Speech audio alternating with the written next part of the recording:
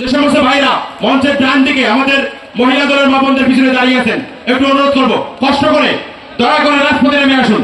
বিশেষ যে সরকারি চাকরি, সেই সরকারি চাকরিগুলোতে সেই জন্য বন্ধুগণ আমাদের লালমনিরহাট জেলাবাসীকে সংগঠন সব সময় ঐক্যবদ্ধ থাকতে হবে।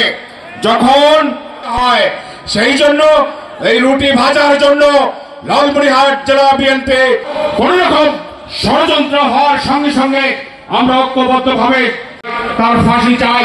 যতক্ষণ শেখ হাসিনার এই বাংলার মাটিতে এবং আগের চাইতে আরো দ্বিগুণ ইস্পাত কঠিন মনোবল নিয়ে নয়, এই দেশ বাংলাদেশের 20 কোটি মানুষের সংগ্রামী বন্ধুগণ, আসসালামু আলাইকুম ওয়া রাহমাতুল্লাহ। জনাব ওমর ফারুক বাবলু।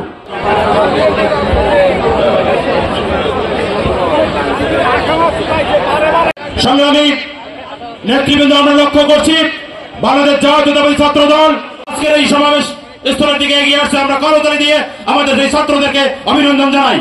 আমাদের পিছনে আছেন, দয়া করে মঞ্চের সামনে রাস্তায় এসে বসে পড়ুন।